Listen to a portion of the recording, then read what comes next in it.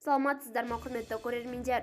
Егер осы хабарды толық білгіңіз келсе, бейне астындағы лайк және подписаться таңбаларын басып, біздің арнамызға жазылуды ұмытпаңыз. Егер сіз жазылған болсаңыз, онда біз бастадық. Қазгидрометромак шілдеде 7 өңірде құрғақшылық болатынын болжады. Нақтыланған болжамға сәйкес шілдеде Қазақстанның басым аймағында ылғалдану жағдайлары көбінесе нормаға жуық болады деп күтілуде. Синоптиктердің мәліметінше, Ақмола облысының Жарқайың ауданында, Қостанай облысы Жангелді ауданында, Ақтөбе облысының Айтеке би, Ырғыз аудандарында, Қарағанды облысының Шет және Айтоқай аудандарында, Түркістан облысының Қазығұрт, Шардара және Отырар аудандарында бірқалыпты құрғақшылық күтіледі. Қызылорда облысының Қармақшы ауданында және Қостанай облысының Амангелді ауданында қатты құрғақшылық болуы мүмкін делінген хабарламада.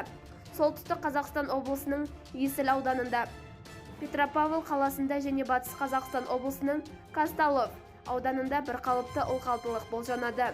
Бізді бақылауды жалғастырыңыз.